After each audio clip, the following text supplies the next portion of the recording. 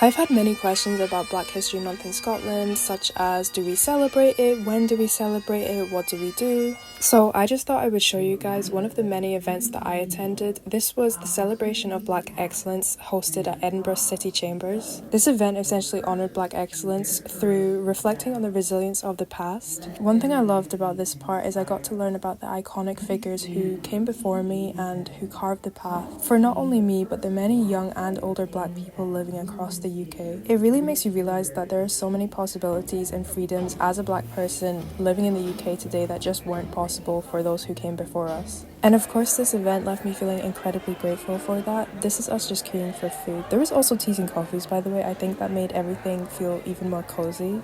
Of course, I have to mention, I had no clue what was on the menu, but boy did it taste good. I don't even think there was a word between us when we were eating that. And I have to add, it was actually Kirsty that invited me to this event, and if you're on Black Scottish TikTok, I'm sure you'll recognise her by now. And it was sticky toffee pudding for dessert. I don't know if you could tell, but we couldn't be bothered with the aesthetics for our content. The food and drink was tasting too good. Another thing we got to see, which I loved, was various age ranges from many different backgrounds bringing culture and talent into one room.